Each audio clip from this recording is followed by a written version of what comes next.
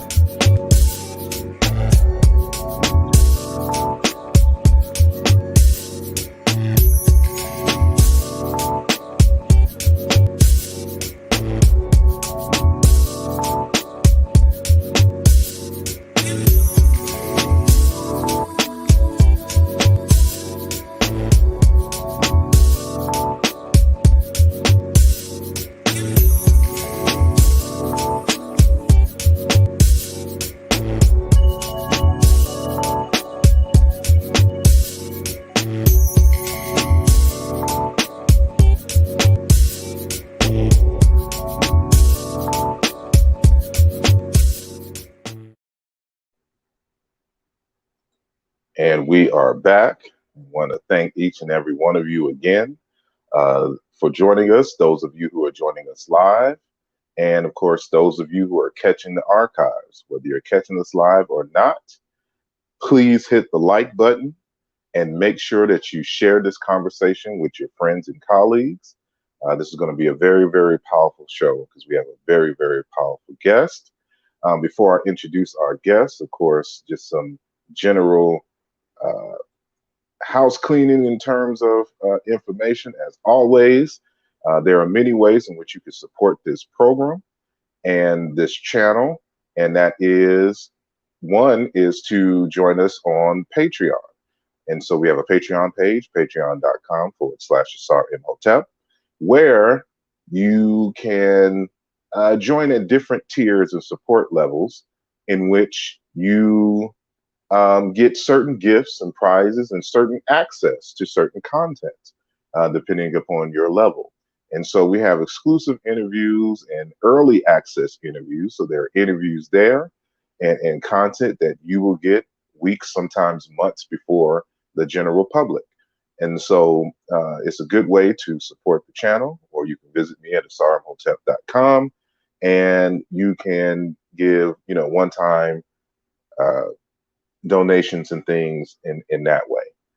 But regardless, you can like the video, you can review all the other videos and share them, and make sure that you leave a comment and things. And if you have a question, even if you're not catching us live, put the question in the comment section and I can forward that to our guest, and maybe y'all can be in contact. And so with that said, I don't have the flyer up just yet, and I don't have the time just yet, but this coming Sunday, I'll be doing a presentation on the channel on African American religion. And I have chosen a name for the African American religion. And so we know it is home training, but we're going to get a little bit more in depth to what that means and its historical context. So that's going to be this Sunday. What is the exact date of Sunday? Let me pull up my calendar real quick. It'll probably be around 2 or 3 Eastern time. But that's going to be on the 17th of January 2021. So I hope y'all are doing well, and that those of you who are catching us live, that you are in a spirit of abundance and great health and prosperity. And so we hope that this program gives you a lot of food for thought and some sources for further research and expansion. And so with that, I'm going to read the bio of our guest. And so Dr. Martell Teasley is the Dean of the University of Utah College of Social Work, president of the National Association of Deans and the Directors of Schools of Social Work, and editor-in-chief of the journal Children in Schools. His research primarily focuses on social work in school settings, particularly the vital role that social work can play in advancing educational equality. He is well known as an innovative and talented leader, having previously served as the chair of the Department of Social Work in the University of Texas San Antonio College of Public Policy. Dr. Teasley's experience also includes employment as the substance use disorder counselor, time as a licensed practical nurse, and a decade of service with the U.S. Army. He earned his PhD in social work from Howard University, where his scholarship focused on African American adolescent development. He also holds bachelor's and master's degrees from Fayetteville State University and Virginia Commonwealth University, respectively. And with all that and more, I would like to welcome our guest to the program, Dr. Teasley. How are you doing, sir? Thank you, and thank you for the invite, and hello to your audience. I appreciate it, and I know they appreciate you as well. And with this being your first time, on this program, hopefully not your last, you're just being introduced to a lot of people who may not know of you and your work. I had the opportunity to meet you for the first time at one of the Cheikh Anta Diop conferences some years back. I was familiar with you because you went to one before and you did a presentation, and there is a video of that conversation. So it was an honor to meet you in person and to get to know you subsequent to that. And so, but of course, they're not me, and they haven't had the opportunity to meet you in person and to read some of your scholarship. So if you can, tell us a little bit about yourself, where you're from. If you can, I know we mentioned that you was in the military, so how was that, and then how did you get into the educational track that led to your doctorate in social work? Appreciate those questions. First, let me say, as I said, hello to everyone. I just want to correct something. I'm no longer editor-in-chief of the journal Children in Schools. I gave that up about 2 years back. Just became too much work. But that was a labor of love for about 5 years. But I just want to make sure we're clear on that there. Anyway, thank you for the question. I grew up in Cincinnati, Ohio, and I'm actually the first grandchild of a whole generation. And my grandparents migrated from Georgia, Decatur, Georgia, where we had all those votes down there that helped put the two Democrats over the top. But during that great migration that Isabel Wilkinson talks about in her Want of Another Son, my grandparents were part of those. And they came to Cincinnati, Ohio, and they had 6 children. My parents had 6 children, but I'm the first grandchild of that whole generation. Grew up not as a wealthy child, but poor until my parents really get jobs doing affirmative action, which were kind of lower middle income jobs. And out of their wisdom, they put me in parochial school, which is very interesting in many ways because they told me nothing about myself as an African human being. But they did learn me the basics of grammar, reading and writing and arithmetic at the time. So that went a long way. I had to do some other things later in life. But I grew up in a working class family when the steel mills were booming in Ohio, and I only had ambition to get a job in a factory somewhere and just kind of chill out every day and hang out with the fellas. But for myself, the Reaganomics hit in the 1980s, and I was in the machine tool industry at that time. After high school, I got a job in the machine tool industry. And so after 5 years there, I was laid off. And about 2 years into that job, I started college. The labor was just too intense. It's the hardest physical work that I ever had. And I found out that that physical work really wasn't for me. And then I could just remember some of my teachers saying that you're a pretty smart boy, you should go to college. And so I signed into the University of Cincinnati, and did about 3 years there.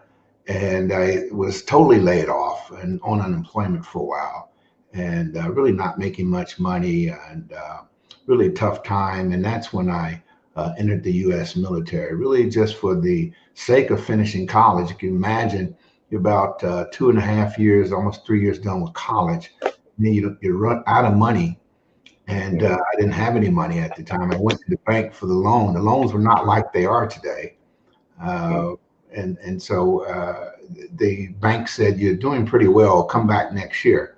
Well, I said, "I need money this year." And so,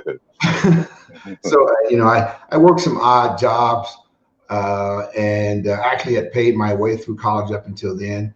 And then I went into the military, which opened up a whole nother world.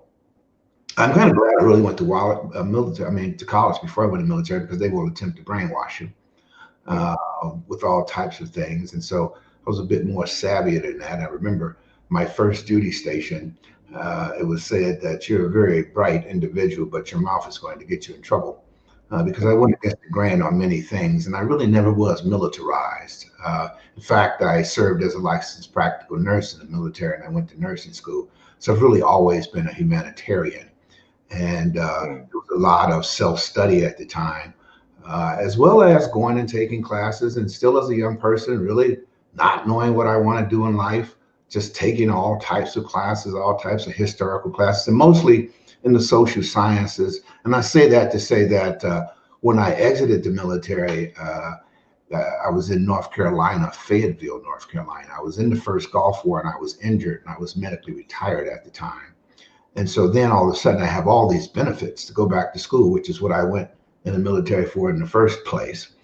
And so I ended up going to Fayetteville State University, where I had enough credits for a degree already, but really not in one area. And so I stayed there for about a year, and I ended up with a bachelor's in psychology and sociology each. And also I was 6 credit hours away from history. And I told them I would come back for that. And they said, well, if we close the books and you go to graduate school, then you have to take another 30 hours. And so certainly I didn't want to do that, but I loved history. And so then I went on to Virginia Commonwealth University for my master's degree, and got a job working in schools with Black children, and really understood that most of the people there didn't know what they were doing. It was a precursor to the school to prison pipeline, where we basically started to see copious amounts of Black boys being suspended. At that time, they had the social promotion, where the school systems really didn't want to spend the money to put the children in the next, to hold the children back, because each child costs so much money per year. And so they would socially promote these kids. And there was just a host of things going on. And this was in a predominant African-American setting, but this is a mainstream, middle school in Richmond, Virginia at the time. And so I started to work with the children and basically start to tell them what was going on in their lives. Basically how your system is set up, how your city is set up, where not too far from where they lived, there was a prison where they had young folks in jail. There were certain small industries, and many of the people in that area didn't travel too far from where they were reared at. And so I started to show the children, like, this is how this is set up for you. What we know now, if we look at your zip code, we can tell just about where you live, how you grow up, and where your income, what income you'll make. And so those kids were a product of that. And it was me saying to them, hey, there's a different life out of this, but let me really understand to you what's going on here. As also well as I understood that that's when I really became interested in the socialization of Black children, because school is a place where we are socialized into the mainstream. And of course, that was very haphazard, and all children want to learn. But we start, what we know is about third or fourth grade, particularly Black boys start to get turned off in the educational process. So what is it about these places that we send them to where they say, I don't want to learn anymore, or I'm resistant to the methods you're using, or I don't want to engage in the disciplinary practices that or I don't want to engage into the standards that you have here for behavior. What's going on? And what we know from research is that it is not the people. See, because every psychometric test that they tried over time did not pan out to say that there was something biologically wrong with people. So now we know there's something wrong with systems. And so we've gotten to that point in life where we can't say, hey, these people are genetically deficient and can't learn. You look really obtuse if you say that now. The bell curve came out when I was in graduate school, which was one of the last forays to try to say there's something, these people are social misfits. So why are we spending so much money on them? And that was met with a lot of resistance, as it should have been. But my point is, we still have not corrected what's going on in schools. And so we have a thriving school to prison pipeline. We still have the challenge of not knowing or knowing how young people will come out if they live in certain zip codes. Every now and then, as I say, a few fly over the cuckoo's nest. That is, people get themselves out of that situation, as I did, going to some of those kind of poor schools, particularly in middle school and high school. But in terms of that, getting out of the military, working in those school system, and one of my mentors said, you need to go get a doctorate. And I hadn't thought about that. And it's a doctorate. And so, yeah, well, you really have something to offer people. And so you should go and get a doctorate. And so I applied at Virginia Commonwealth University, and it was very interesting because it was a predominantly Caucasian program. In fact, out of almost 200 of us, there were only 2 Black males, myself and one other. And I convinced the white students to make me the student body president. And so, that good old military experience came into play. And so as the student body president, I created a program there called Social Justice Week, where the school 1 week a year basically opened up to talk about diverse topics. And I made alliances with gay and lesbian folks, Hispanic brothers and sisters, as well as African Americans, as well as folks with disabilities and other challenges. And so that challenged the school to make a change. That program ran for about 10 years. They institutionalized it for a minute there, and then the regime changed and they got rid of it. So I was very proud of that as a student, particularly in a mainstream city. But then on to Howard University, where I got my doctorate. And you and I met because I went from there up to Philadelphia quite often, where there was a lot of action in terms of Black studies. And so I really, Howard doesn't have a necessarily Black studies curriculum, but there was a lot of exposure in DC to different types of intellectuals, people I had just read about, and just all types of seminars and opportunities. And I just drive up to Philly anytime and see in New York and see all types of stuff. So my mother said I had just went crazy when I went up to so, but that was very helpful in my own development in terms of who I am today. And so that's the kind of story of who I am and where I'm from, just a bit in terms of professional development. I appreciate it. I appreciate it greatly. Now, we may take for granted that we understand what social work is, and its motivations and its purpose. And so, if you're from the hood like me, you attach it to the social worker, and all we understood is those are the people who would take kids away, but of course that's not what that means. So if you can just give us a little bit of background of, and I know it's, that's kind of a broad thing, but as much as possible, what is social work, and what are the objectives and aims of that field of study and just life in general? Sure, thank you. And when I started into social work, when I got out of the military, as I told you, I had these veterans benefits, and so my first love was psychology, actually. And so I wanted to get a master's in psychology, and the vocational rehab counselor, as I remember the title, said to me, you won't get a job with a master's degree in psychology. And this program where we're going to pay for your education, is one, we have to get people job placement. And so mm, in terms of the things you're saying you want to do, that is counseling people, working close with people, and some types of community organizing, which I never really did. That's social work. And mm, I thought, this white man is crazy. He's trying to kill my dreams. Because first thing I thought was, these people just take children out of the homes. And social workers are tasked to do with that. Let's be clear in our society that we don't spend the type of funding we should on children.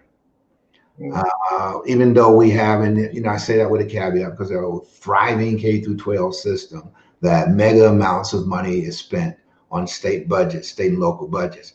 But in terms of minority children, because of the colonization of their minds, we're spending money in the wrong place. That's a whole other topic, you know. mm, And so the whole way that this thing is set up in terms of standardizing people to punch them out in certain and with with certain mindsets, they spend quite a bit on that.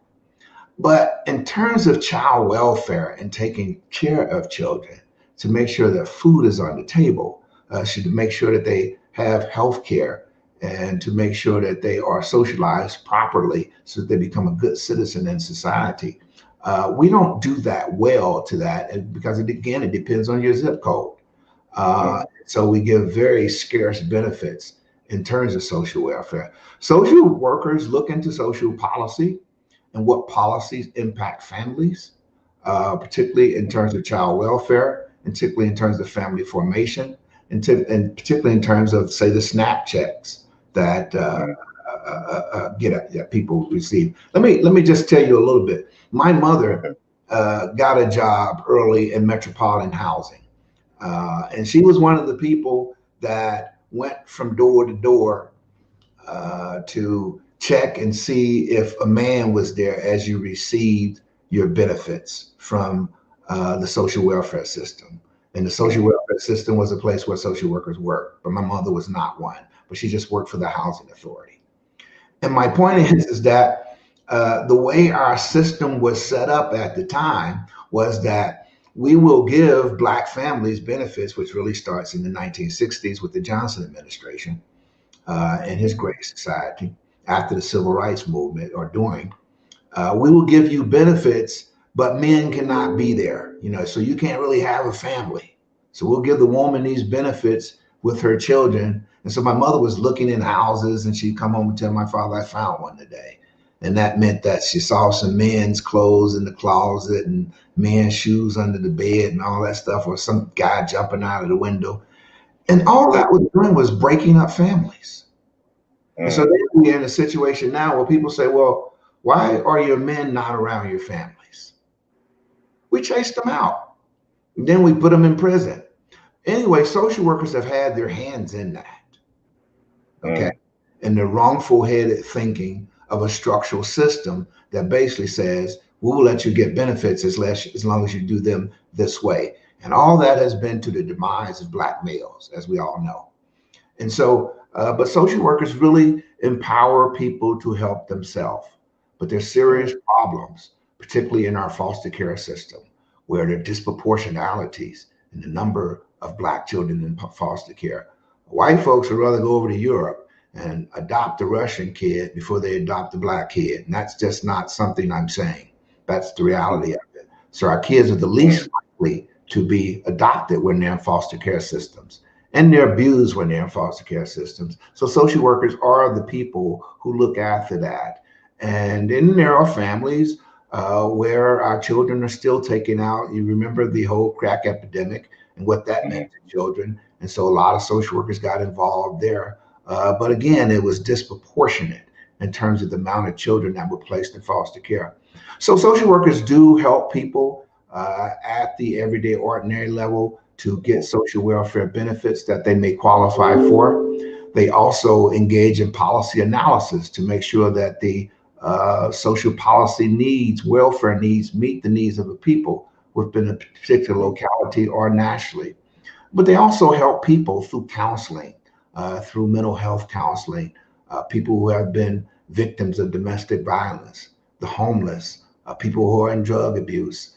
So all those things where we kind of throw away people in society, that becomes the work of the social worker, trying to help people get on their feet so that they can help themselves. I appreciate it.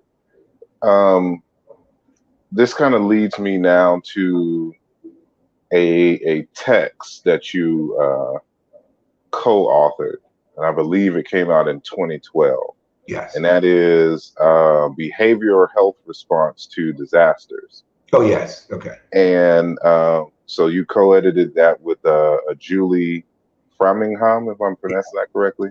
Yeah. Yes. And chapter 13 is your chapter contribution, and titled Disaster Vulnerability in the Social Setting, Understanding Environmental Risk and Implications for Behavioral Health Response. Mm-hmm. And reading over it,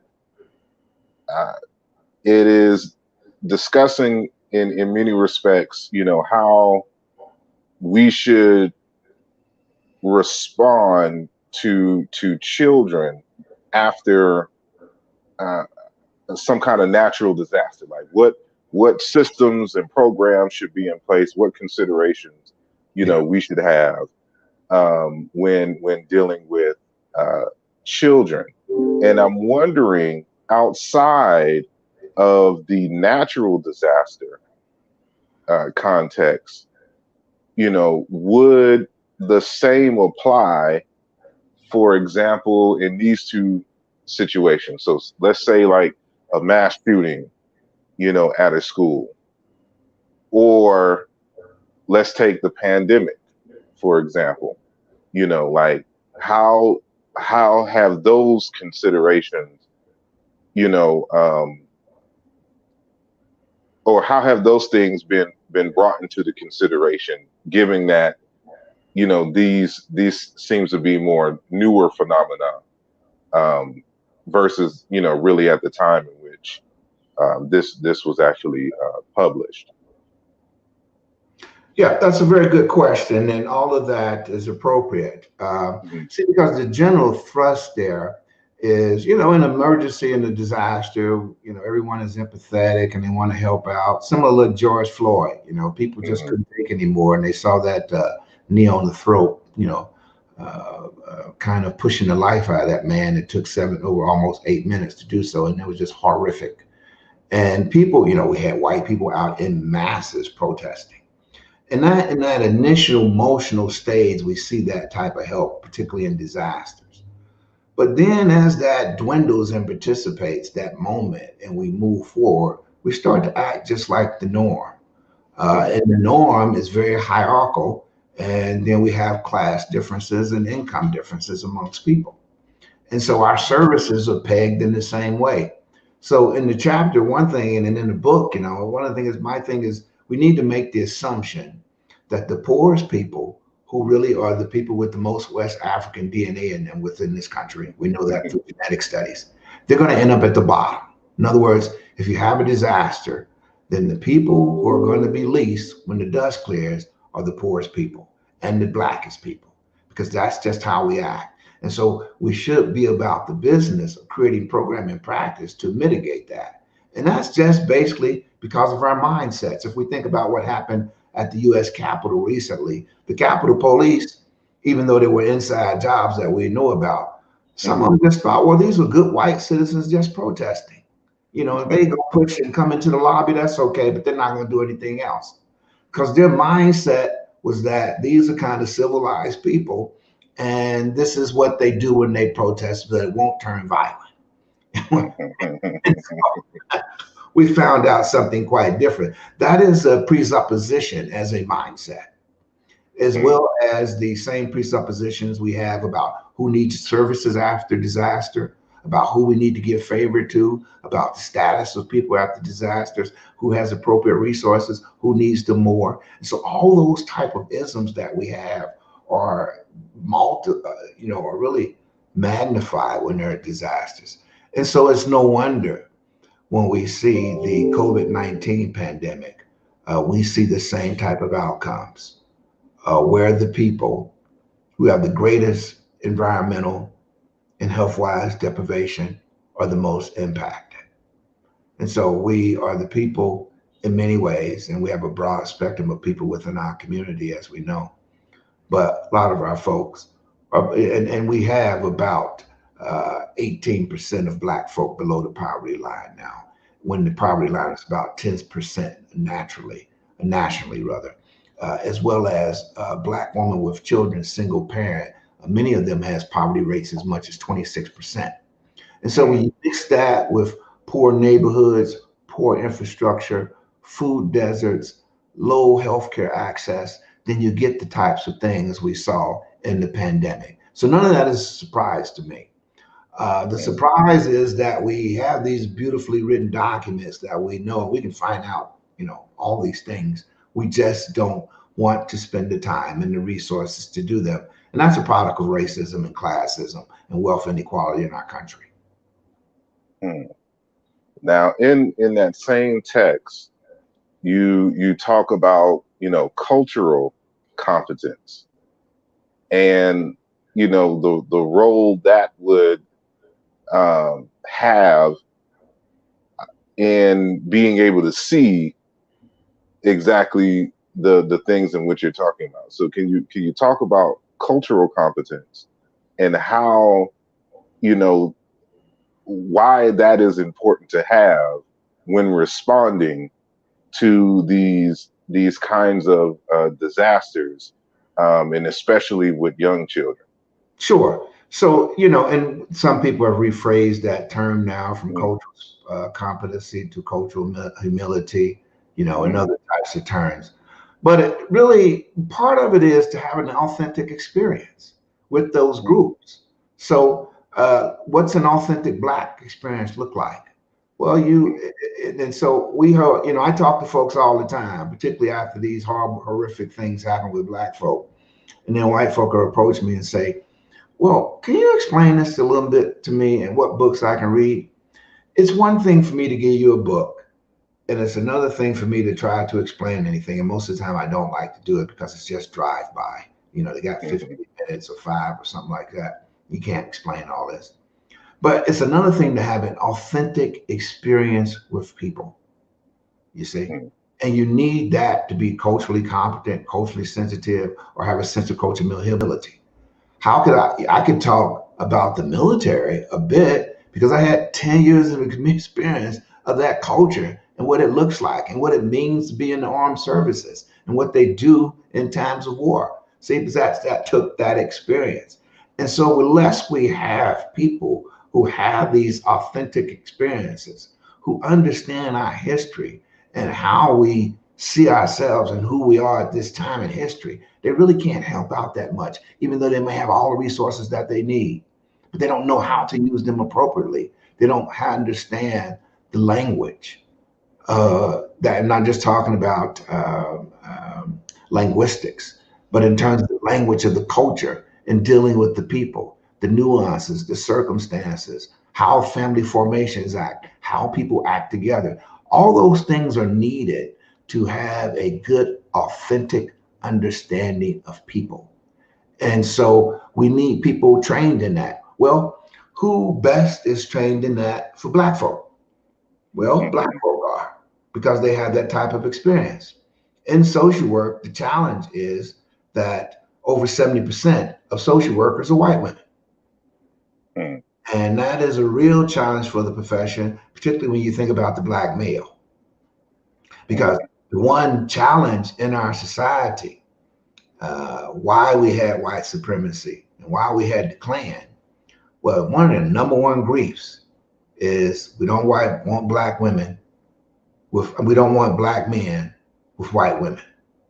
And we don't want our kids, we don't want Black males in schools with white girls because they'll end up cohabitating.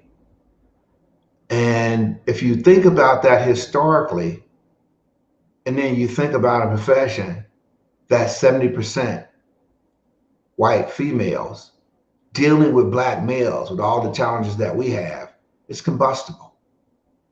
And so And so for all the well intent that people have without having these authentic experiences, and not all Black people have them. We have thriving Black people who are in the upper crust of society in terms of income. And so, and then just because you're dark doesn't mean you understand Blackness. You know, we got people like Clarence Thomas. As I heard a psychologist once say, uh, uh, there's a wide gulf between color and consciousness. And Mm, so those things are there. So we need this authentic, whether they be Latinx, whether they be European, whether it be Jewish, or whether they be African. People need to have those authentic experiences. And yes, can white folks have some understanding? Yes, if they want to engage in that authentic cultural experience with people over time, they may be able to help out and understand things in certain ways. mm. Lastly, from that text, I remember a section in there where you were talking about, for example, the and we're bringing this into the larger context in terms of the system, as you mentioned earlier, that many African American neighborhoods are, centralized near toxic environments. And, those toxic environments, from pollution and things of this nature will have, different types of effects, on the people there. And when you think about it, many may not, like, if there's an alleged behavioral problem or something to that nature, one may not consider the physical environment in which they were placed there. And, in the grand scheme of the larger, income inequality, because of course that's where the rents and things are cheaper in those particular areas. And so my question is, um, to your knowledge, to what degree, outside of examples of like asthma, does the physical environment play a role in the certain behaviors of certain children in certain areas? Has there been any linkage to any relationship that, where is that like an ongoing study? No, those are still studies that do Mhm. that. I mean, and there has been some finding on such things. So, for example, we know that where we have what we call toxic neighborhoods, where we have environmental dumps, 70% of those are by minority communities. And African Americans are hugely impacted by that. So, the huge amount of African American children in New York that have been susceptible and have asthma, they attribute that to toxic communities.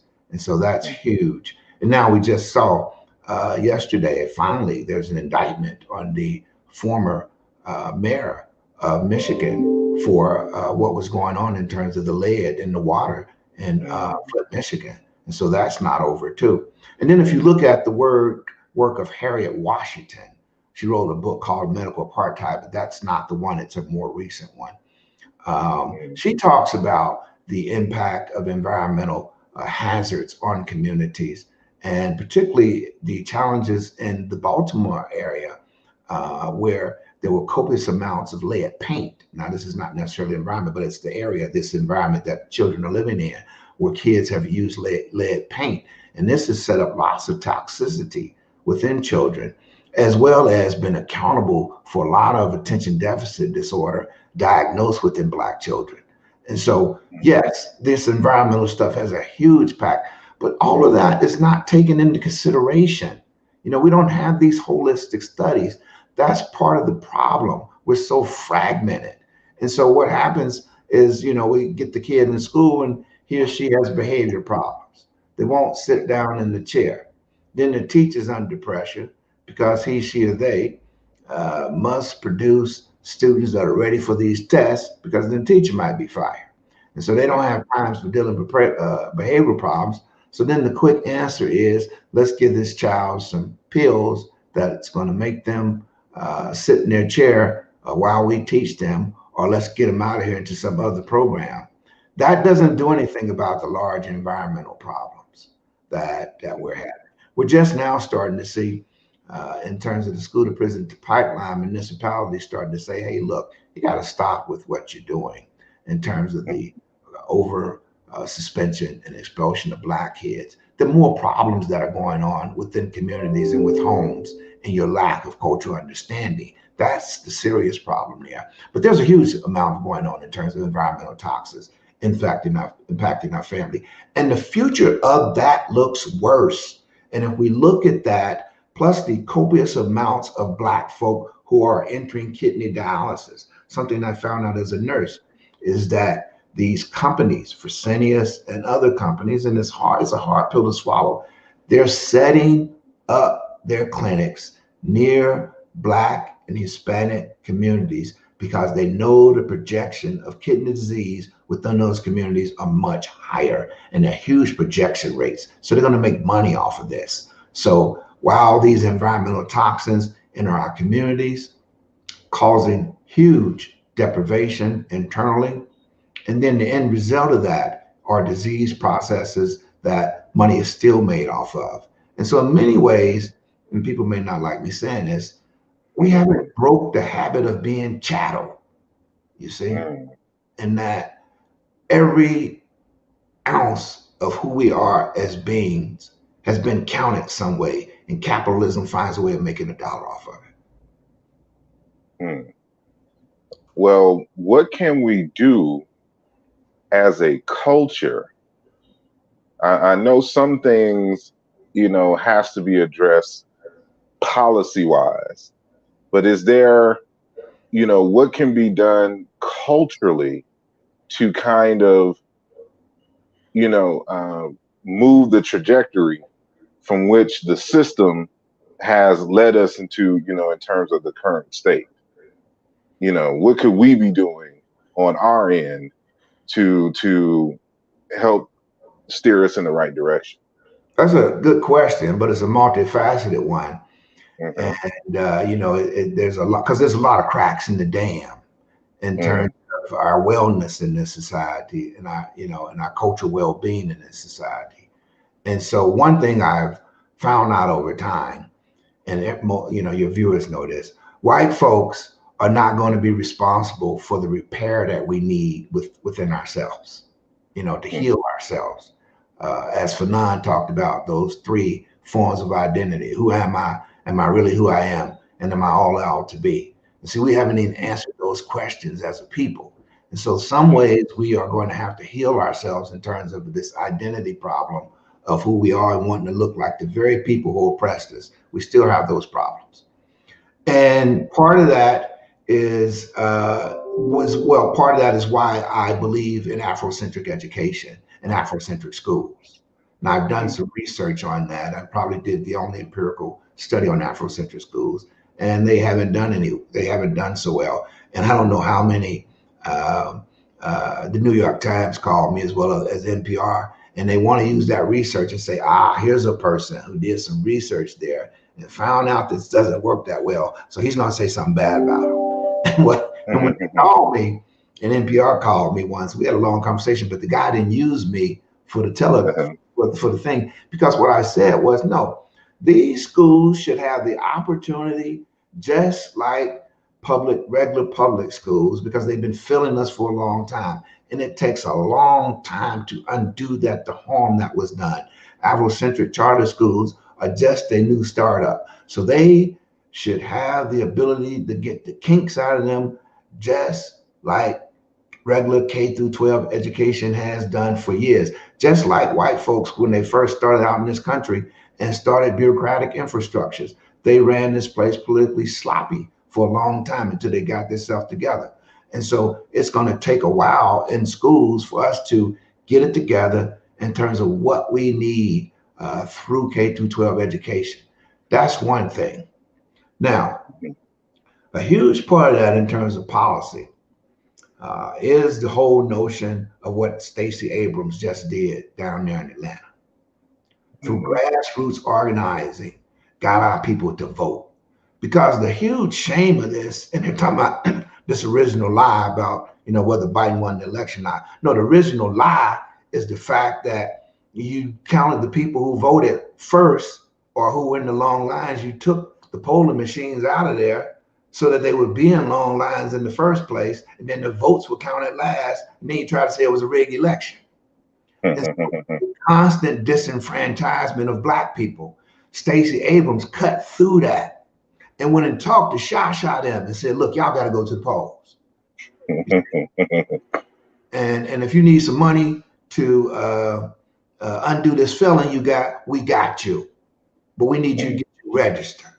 And so the first thing we've got to do, and so that's huge because we turned the tide down there to defeat those two white wealthy candidates. Let's be clear. That was huge. The guy Perdue has mega money in Georgia, as well as the white woman's one of the richest in the country. And both of them were defeated because of what Stacey Abrams did down there, along with other people in grassroots organizing to vote. So we've got to engage in that across. That could be done in Chicago. That could be done in LA. That can be done in many states across the country. Those are cities I just named, but that can be done. And so that is poor. And we've got to get, and it's tough, we got to get young folk off the notion that they shouldn't be voting. We had too many people, and the politicians don't do what we asked them to. We got to hold them accountable. That's one thing. But there are too many people that died for us to have the right to vote within our ranks, within our own people, that we will never know about, that, organized and tried to organize and had their house shut up. The Klans came and visited them, hung them, lynched them, all because they were trying to vote. So we got to realize that and do that within our communities. The other thing is we got to heal ourselves. And our diet is huge, problematic, and that's because of food deserts within our community. We're not eating healthy. In many ways, we're still eating slave diets. And so we've got to stop that to get some better nutrition into ourselves and stop following these habits of our Anglo-American brothers and sisters who are obese, and we are extra obese in our communities. I don't know if there's such a word as extra obese, there isn't. But, I think we're morbidly obese, disproportionately. And all of it, and let's be clear about this as I say these things, because Black people have been sabotaged. So let's be clear about that. And so what do we need to do to understand what that sabotage has meant to our communities, and how do we collectively organize there? So we're going to have the community organized. So let's just take Tulsa and Rosewood. Tulsa was a Black Wall Street. No telling what that would have looked like today had it continued to thrive. No telling what would have happened if the Black folks who wanted a free state would have gotten one in terms of territorial integrity, where we could have went and set up our own shop. So out of that, and white folks still owe reparations. We are the least likely people to get them. We need to keep demanding them, but we've got to continue to heal ourselves, and we can't quit. I will never quit because of what happened to the slave. None of us should ever quit, and none of us should ever think about quitting when we understand what happened to the slave. Indeed. We're going to be coming to a close soon, and so I just want to ask, what is, if any, current work that you're doing in terms of research or publications? What's coming in the pipeline? Yes.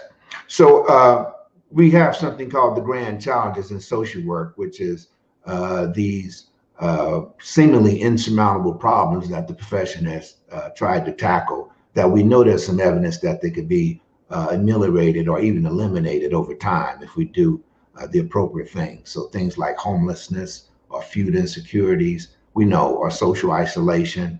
And then there's smart decarceration projects in terms of looking at the amount of money that we could save by stopping putting people in prison. There are projects going there. And within those projects, they wanted to account for racism. And as the as an advocate, as the president of the National Association of Deans and Directors, I went to that committee and protested and said we need a 13th grand challenge. They have 12, which is called Eliminate Racism. And so I advocated for that. It took about 2 years. They've accepted that now. And so right now I'm co-editing a book with a couple of folks on the 13th grand challenge for social work to eliminate racism. And while people think that's a monumental task, we must try to do so over time. And it's nothing that we can do easily. For me, within the social work profession, if we can eliminate the disparities in the child welfare system and stop and reduce the school to prison pipeline, it costs $1 trillion a year for children that are kind of thrown away within social and child welfare programs that don't get adequate care. And so and they're disproportionately Black and brown. If we can end something like that, we will make some headway. And of course, let's remember, the big kahuna is not about us. It is white people and white supremacy that need to stop. Black folks hate racism and they want nothing to do with it. So we would like nothing more than for that to end. I just talked to the publisher yesterday about that. That book will probably be out in about November. All righty. I look forward to reading it and getting it hopefully at the end of the year. And, maybe we can, after a perusal through it, we can have you back and we can discuss the details and maybe even have a panel with some of the other contributors, to it and really kind of flush this thing out. And so I don't see you as someone who is a social media person, but if you are, do you get on social media and, is there a way that people can contact you and engage with you and want to know more about, what are you doing? Or maybe they want to go into social work, and things of that nature and want to sure. contact you. I'm on Twitter. All right. As well as Facebook. And you can just look me up, Martell Teasley, on Facebook, and or you can email me at Teasley. See my last name there, Teasley .Martell, MARTELL @gmail.com. And so I try to answer as many as possible, but I get quite a few. But you certainly can get in touch with me. I appreciate it. And I told y'all in the audience, it's going to be a very powerful show. As you can see, there's enough here to get you going and studying for days. But given the limited time, I know that there's a lot that could be covered, but we can't cover. But is there something that you want to leave the audience with that maybe related to what we were saying earlier, or is just on your mind? But if there's any closing words that you may have for the audience. Well, I just want to say, this is a very challenging time for the country, and white folks won't have a whole lot of room to hear about racism, in fact, but we know that racism caused the problems on the Capitol the other day. And so we need to organize, we need to support Black Lives Matter in terms of the type of things that they are doing. And we need to stay at it in terms of challenging the Biden administration to change the status quo. Change, as the Chinese dissident Ai Weiwei said, is the ability to reject the past, challenge the status quo, and create new potential.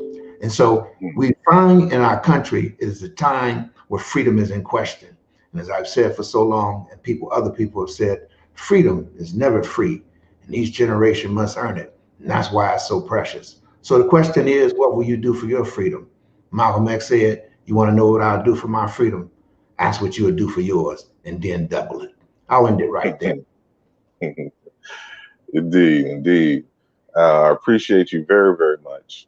Thank you. For your time and your insights. And I know that the audience is soaking it up, and they appreciate you. And they've been saying it, all throughout in the chat, that they really appreciate the insights that you have given them. And so with that said, please, family, make sure that you like, and share this program.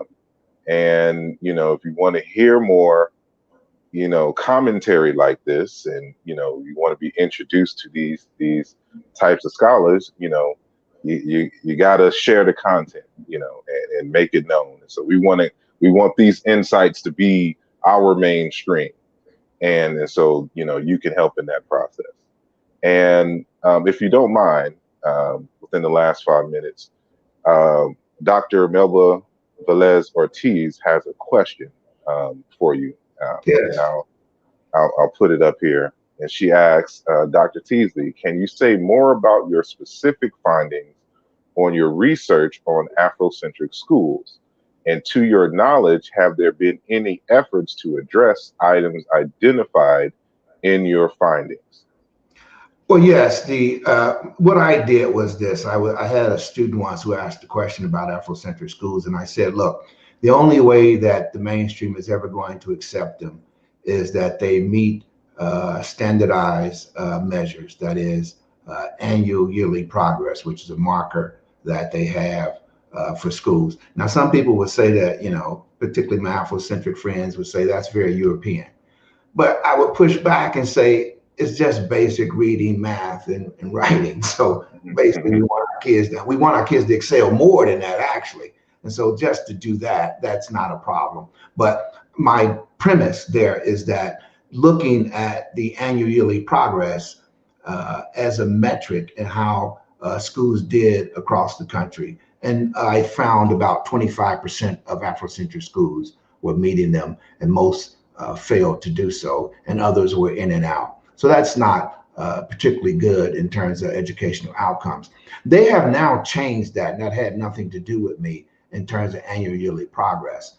That they've changed the metrics now for schools. And so I'm actually engaging in another study right now. I actually just finished one that needs to be edited and sent out, where I just looked at schools in the Midwest in terms of this new criteria that they have, which gives school systems a little bit more flexibility, ESSA.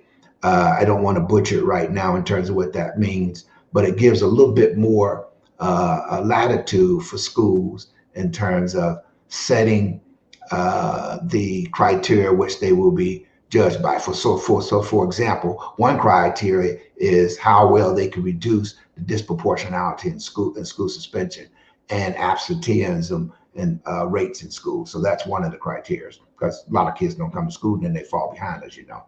And so there's more work to be done there, and I'll keep at it. I hope I've answered the question. All right, I appreciate it. Thank you once again. And so, with that said, we will end this program, and I will see y'all again on Sunday, the 17th, probably around 3 or 4 p.m. Eastern Time. And so, thank you again, Dr. Teasley. And until next time. Thank you, Asarimhotep. Peace to everyone. All righty. All right. Well, let me, I forgot to give my contact information. So as always, y'all can contact me on my website, and I'm basically on all the social media platforms, arguing with most of y'all, and y'all know how we do. But y'all have a blessed day and weekend, and I will see y'all again Sunday. Peace and blessings.